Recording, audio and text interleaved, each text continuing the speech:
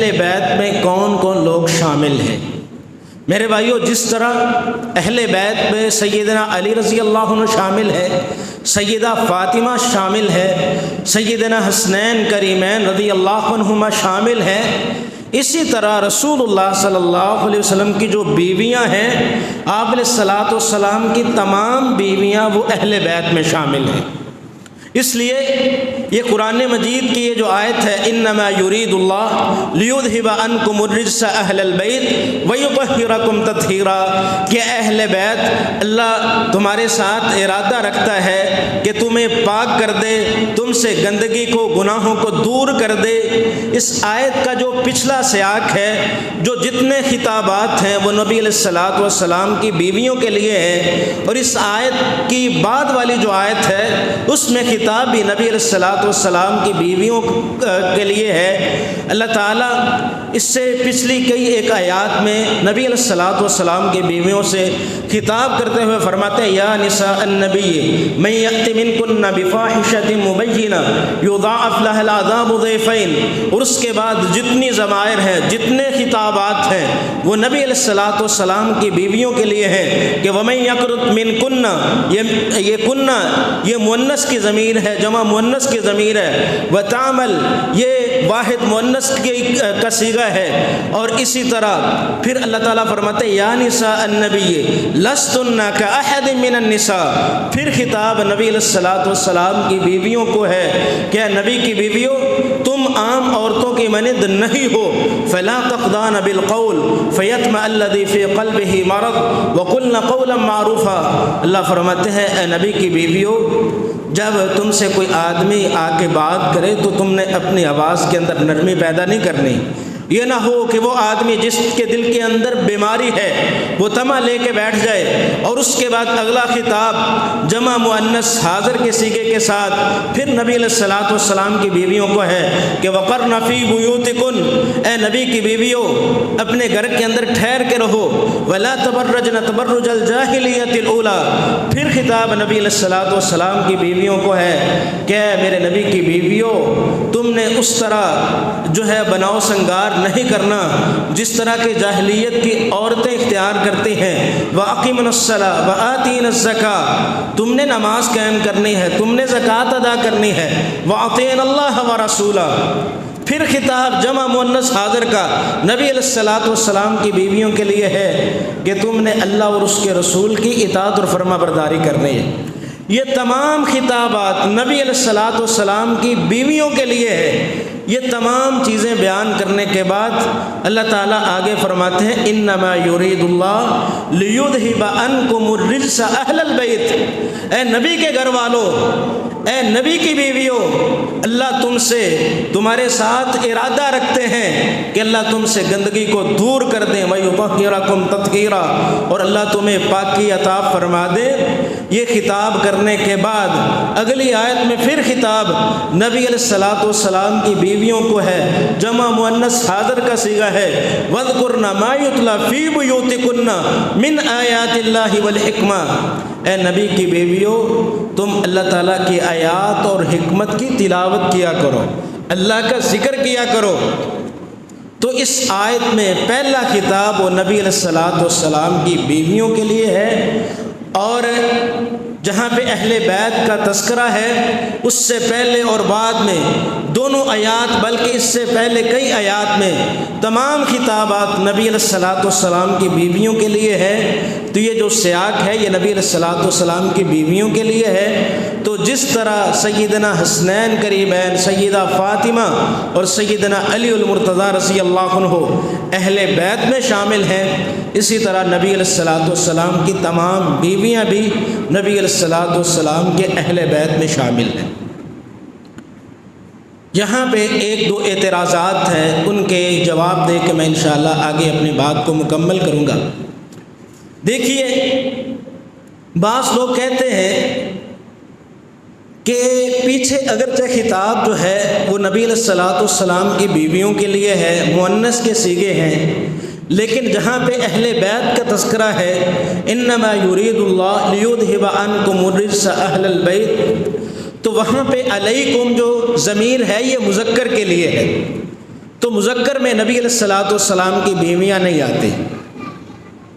اگر ایسی بات ہے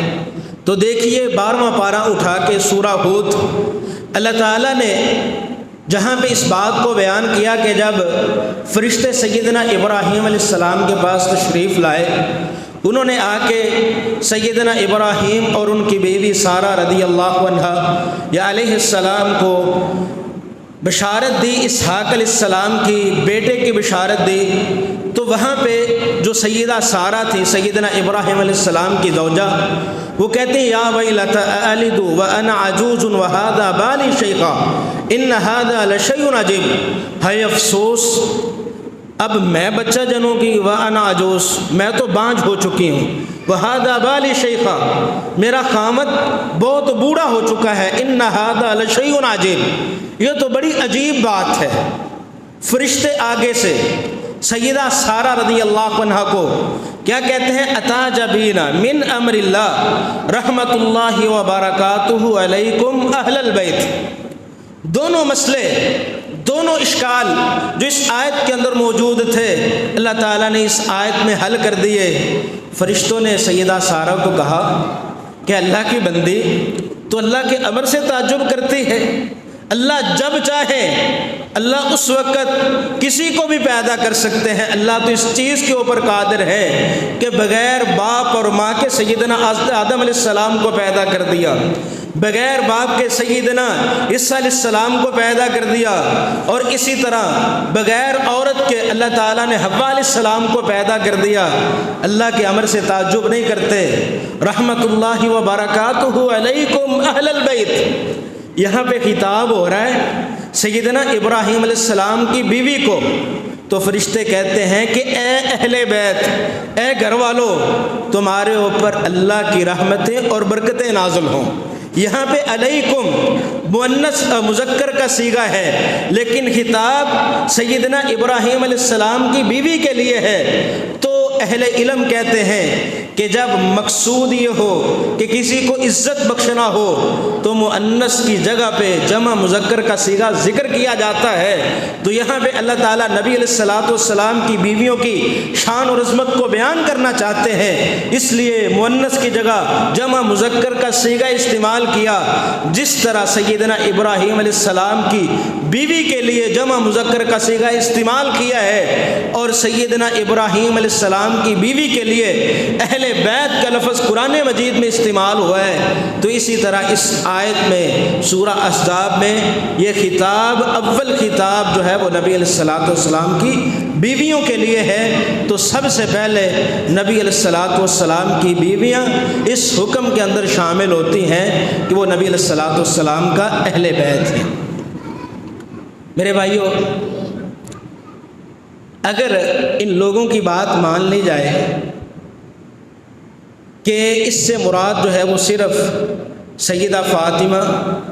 سیدنا علی اور سیدنا حسن و حسین رضی اللہ عنہما ہے،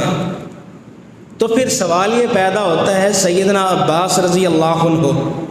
سیدنا عبداللہ بن عباس، سیدنا جعفر طیار رضی اللہ عنہ جو سیدنا علی المرتضیٰ رضی اللہ عنہ کے بھائی تھے، سیدنا عقیل رضی اللہ عنہ جو سیدنا علی المرتضیٰ رضی اللہ عنہ کے بھائی تھے، کیا وہ اہل بیت میں شامل نہیں ہیں؟ اصل میں ایک اور اشکال ہے کہ صحیح مسلم کی روایت ہے،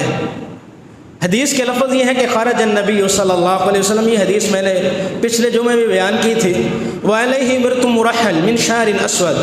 نبی علیہ الصلوۃ والسلام گھر سے نکلے، آپ علیہ الصلوۃ والسلام نے چادر پہنی ہوئی تھے، سیاہ بال تھے، تو نبی علیہ الصلوۃ والسلام کے پاس سیدنا حسن ابن علی رضی اللہ عنہ آئے، آپ علیہ الصلوۃ والسلام نے سیدنا حسن کو اپنی چادر میں داخل کر لیا، پھر سیدنا حسین رضی اللہ عنہ آئے، رسول اللہ صلی اللہ علیہ وسلم نے انہیں بھی اپنی چادر کے اندر شامل کر لیا، پھر سیدہ فاطمہ آئیں رضی اللہ عنہا، رسول اللہ صلی اللہ علیہ وسلم نے سیدہ فاطمہ کو بھی اپنی چادر کے اندر لپیٹ لیا، پھر اس کے بعد سیدنا علی المرتضیٰ رضی اللہ عنہ تشریف لائے، تو رسول اللہ صلی اللہ علیہ وسلم نے انہیں بھی اپنی چادر کے اندر لے کے اس آیت کی تلاوت کی کہ انما یرید اللہ لیذھب عنکم الرجس اہل البیت ویطہرکم تطہیرا، کہ نبی علیہ السلام نے فرمایا اے اہل بیت، اے گھر والو، اللہ رب العالمین ارادہ کرتے ہیں کہ تم سے گندگی کو دور کر کے تمہیں پاک کر دیں۔ اب اشکال یہ ہے کہ یہ لوگ کہتے ہیں دیکھیے نبی علیہ السلام نے ان 4 لوگوں کو اپنی چادر کے اندر لیا تو ان کے لیے آپ علیہ السلام نے اس آیت کی تلاوت کی ہے، تو اہل بیت میں صرف یہی لوگ شامل ہوں گے۔ پہلی بات تو یہ ہے کہ نبی علیہ السلام کی بیویاں تو پہلے ہی اہل بیت میں شامل تھیں، انہیں چادر میں لانے کی ضرورت نہیں تھی۔ جس طرح یہ مثال بیان کی جاتی ہے کہ ایک ایگزامینر ہال ہے، وہاں پہ امتحان ہو رہا ہے، وہاں پہ بچے پہلے امتحان دے رہے ہیں، ایک بندہ بعد میں آتا ہے اور جو وہاں پہ نگران موجود ہے وہ اس کو کہتا ہے کہ میرے بچوں کو بھی اس امتحان میں شامل کر لیں۔ اب جو بچے پہلے سے موجود ہیں ان کو نہیں کہا جائے گا کہ یہ بچوں کو بھی امتحان میں شامل کر لیں، کیونکہ وہ بچے تو پہلے ہی اس امتحان کے اندر شامل ہیں۔ اسی طرح نبی علیہ السلام کی بیویاں پہلے اہل بیت میں شامل تھیں، اور نبی علیہ السلام نے ان 4 لوگوں کو چادر میں لے کے اللہ سے دعا کی، اللہ کے سامنے اس بات کو بیان کر دیا، اے اللہ جس طرح میری بیویاں میرے اہل بیت میں شامل ہیں، اے اللہ میرے ان بیٹوں کو اور بیٹیوں کو اور میرے اس داماد کو علی رضی اللہ عنہ کو بھی اہل بیت میں شامل فرما دے۔ اور اگر ان لوگوں کی بات مان لی جائے کہ صرف یہی 4 لوگ اہل بیت میں شامل ہیں، تو پھر سیدنا عباس رضی اللہ عنہ کے متعلق کیا کہا جائے گا؟ سیدنا عبداللہ بن عباس جو رسول اللہ صلی اللہ علیہ وسلم کے چچا زاد بیٹے ہیں، سیدنا عباس رضی اللہ عنہ رسول اللہ صلی اللہ علیہ وسلم کے چچا ہیں، اسی طرح سیدنا جعفر طیار سیدنا علی المرتضیٰ رضی اللہ عنہ کے بھائی ہیں، اسی طرح جو سیدنا حسنین کریمین رضی اللہ عنہ کی آگے اولاد ہے وہ ساری اہل بیت میں ہے۔ تو اگر ان 4 لوگوں کو ہی اہل بیت میں شامل کیا جائے تو باقی لوگوں کو کہاں رکھا جائے گا؟ تو جس طرح وہ لوگ اس آیت کے بعد وہ اہل بیت میں شامل ہے، اسی طرح اگر ان 4 لوگوں کو شامل کر لیا گیا ہے تو اس سے یہ بات نہیں نکلتی کہ رسول اللہ صلی اللہ علیہ وسلم کی جو بیویاں ہیں وہ اہل بیت سے نکل گئی ہیں۔ اور ایک اور بات دیکھیے، قرآن مجید کی آیات کے اوپر غور کیجیے، اللہ تعالیٰ نے 12 بیوی کے لیے قرآن مجید میں اہل کا لفظ استعمال کیا ہے۔ اللہ تعالیٰ نے آل لوط سے سیدنا لوط علیہ السلام کی بیوی کو الگ کر دیا، اس طرح کہ اللہ تعالیٰ فرماتے ہیں الا آل لوط انا لمنجوہم اجمعین الا امرأتہ قدرنا انہا لمن الغابرین۔ اللہ فرماتے ہیں جو آل لوط تھے ہم نے تمام آل لوط کو نجات دی، الا امرأتہ سوائے ان کے بیوی کے۔ کیا مطلب ہے کہ ان کی بیوی آل لوط میں شامل تھی، لیکن جب لوط علیہ السلام کی بیوی وہ ایمان نہیں لے کے آئی، انہوں نے سیدنا لوط علیہ السلام کا کلمہ نہیں پڑھا، تو اللہ تعالیٰ نے سیدنا لوط علیہ السلام کی بیوی کو آل سے الگ کر دیا۔ اگر وہ مسلمان ہوتی تو وہ آل میں شامل ہوتی، جب وہ مسلمان نہیں ہوئی تو اللہ تعالیٰ نے فرمایا کہ ہم نے لوط علیہ السلام کی بیوی کو ان کی آل سے نکال دیا ہے۔ اور اسی طرح سیدنا موسیٰ علیہ السلام کا اپنی بیوی کے لیے اہل کا لفظ قرآن مجید میں استعمال ہوا ہے۔ سورہ طٰہٰ میں اللہ فرماتے ہیں وَهَلْ أَتَاكَ حَدِيثُ مُوسَىٰ، کیا آپ کے پاس موسیٰ علیہ السلام کی خبر نہیں آئی؟ اذ رأى نارا فقال لأهلهم امكثوا إني آنست نارا لعلي آتيكم منها بقبس أو أجد على النار هدى۔ جب موسیٰ علیہ السلام نے اپنے اہل سے کہا، اس وقت موسیٰ علیہ السلام کے ساتھ کون تھے؟ سیدنا موسیٰ علیہ السلام کی بیوی تھی۔ تو اہل کا لفظ اللہ تعالیٰ نے بیوی کے لیے استعمال کیا ہے، تو اس کا مطلب یہ ہے کہ آدمی کے اہل بیت میں سب سے پہلے اس کی بیوی شامل ہوتی ہے۔ ہم دیکھ لیں، جب ہم کسی سے حال چال پوچھتے ہیں، جب ہم کسی کو کہتے ہیں کہ گھر والوں کا کیا حال ہے، تو اس سے ہم اس کی بیوی مراد نہیں لیتے کہ آپ کے گھر والوں کا کیا حال ہے۔ تو ان گھر والوں سے کیا ہم بیوی کو الگ کر دیتے ہیں؟ نہیں، جب ہم کسی کے گھر والوں کا حال پوچھتے ہیں تو اس کے اندر اس کی بیوی شامل ہوتی ہے۔ تو اللہ تعالیٰ نے اہل کے اندر بیوی کو شامل کیا ہے، تو نبی علیہ الصلوۃ والسلام کے اہل بیت میں نبی علیہ الصلوۃ والسلام کی تمام بیویاں شامل ہیں۔ دوسرا، بنو ہاشم کے ساتھ جات جو بنو مطلب ہیں وہ بھی اہل بیت کے اندر شامل ہیں۔ صرف بنو ہاشم اہل بیت کے اندر نہیں ہے، جو آل مطلب ہیں ان میں سے جتنے لوگ مسلمان ہوئے وہ سارے کے سارے اہل بیت میں شامل تھے۔ اس کے دلیل صحیح بخاری کی 2907 نمبر یہ روایت ہے۔ سیدنا جبیر ابن مطعم رضی اللہ عنہ فرماتے ہیں، مشیت انا و عثمان الی رسول اللہ صلی اللہ علیہ وسلم، میں اور سیدنا عثمان رضی اللہ عنہ رسول اللہ صلی اللہ علیہ وسلم کی خدمت کے اندر حاضر ہوئے۔ فقلنا یا رسول اللہ آتیت بنی المطلب وترکتنا ونحن وهم منك بمنزلۃ واحدہ، ہم نے کہا اللہ کے رسول صلی اللہ علیہ وسلم، جو آپ کے پاس مال آیا ہے آپ نے بنو مطلب کو تو دیا ہے، ہمیں آپ علیہ الصلوۃ والسلام نے چھوڑ دیا ہے۔ اللہ کے رسول، بنو مطلب اور ہم کیا ایک مقام اور مرتبے پہ نہیں ہیں؟ تو نبی علیہ الصلوۃ والسلام نے فرمایا، انا بنو المطلب و بنو ہاشم شیء واحد۔ آپ علیہ الصلوۃ والسلام نے فرمایا ہم اور تم برابر نہیں ہیں، بلکہ جو بنو مطلب ہیں اور بنو ہاشم ہیں وہ دونوں ایک ہی چیز ہیں۔ تو آپ علیہ الصلوۃ والسلام نے بنو مطلب کو بنو ہاشم کے ساتھ شامل فرمایا، اور آپ نے فرمایا کہ بنو ہاشم اور بنو مطلب ایک ہی چیز ہے۔ تو جس طرح بنو ہاشم کے جتنے لوگ مسلمان ہوئے وہ اہل بیت میں شامل ہیں، اسی طرح بنو مطلب کے جتنے لوگ مسلمان ہوئے وہ سارے کے سارے رسول اللہ صلی اللہ علیہ وسلم کے اہل بیت میں شامل ہیں۔ تیسرا، اہل بیت میں بنو ہاشم بن عبد مناف جو کہ آل علی ہے، آل عباس، آل جعفر، آل عقیل اور آل حارث بن مطلب، آل علی، آل عباس، سیدنا علی رضی اللہ عنہ کی تمام آل، سیدنا عباس رضی اللہ عنہ کی تمام آل، سیدنا جعفر طیار جو سیدنا علی رضی اللہ عنہ کے بھائی ہیں ان کی آل، سیدنا آل عقیل جو سیدنا علی رضی اللہ عنہ کے بھائی تھے ان کی پوری آل، اور اسی طرح آل حارث بن مطلب، یہ سارے کے سارے لوگ جو ہے وہ رسول اللہ صلی اللہ علیہ وسلم کے اہل بیت میں شامل ہیں۔ لمبی حدیث ہے کہ سیدنا زید ابن ارقم رضی اللہ عنہ فرماتے ہیں کہ رسول اللہ صلی اللہ علیہ وسلم نے غدیر خم جس کو کہا جاتا ہے وہاں پہ خطبہ ارشاد فرمایا، اور آپ علیہ الصلوۃ والسلام نے خطبے کے اندر یہ بات بیان فرمائی، اے لوگو انما انا بشر، میں ایک انسان ہوں، یوشک ان یاتینی رسول ربی فاجیب، قریب ہے کہ میرے پاس میرے رب کا پیغام آ جائے اور میں اس کا جواب دوں۔ وانی تارک فیکم ثقلین، میں تم میں دو چیزیں چھوڑ کے جا رہا ہوں، اولہما کتاب اللہ عز وجل فیہ الہدی والنور، ان میں سے پہلی چیز اللہ کی کتاب ہے، اس کتاب کے اندر ہدایت اور نور ہے، فخذوا کتاب اللہ واستمسکوا بہ، اللہ کی کتاب کو مضبوطی سے تھام کے رکھنا۔ اور اس کے بعد آپ نے فرمایا واہل بیتی، دوسرا میں تمہارے درمیان اپنے اہل بیت کو چھوڑ کے جا رہا ہوں، اذکرکم اللہ فی اہل بیتی، آپ علیہ الصلوۃ والسلام نے فرمایا میں اپنے اہل بیت کے بارے میں تمہیں نصیحت کر کے جاتا ہوں۔ فقال له حسین، سیدنا زید ابن ارقم سے حسین جو راوی تھے تابعی تھے انہوں نے سوال کیا، ومن اہل بیتہ یا زید الیس نساؤہ من اہل بیتہ، اے زید رضی اللہ عنہ، نبی علیہ الصلوۃ والسلام کے آل سے مراد کون ہے؟ کیا نبی علیہ الصلوۃ والسلام کی بیویاں آپ کے اہل بیت میں شامل نہیں ہیں؟ تو سیدنا زید ابن ارقم فرماتے ہیں ان نساءہ من اہل بیتی،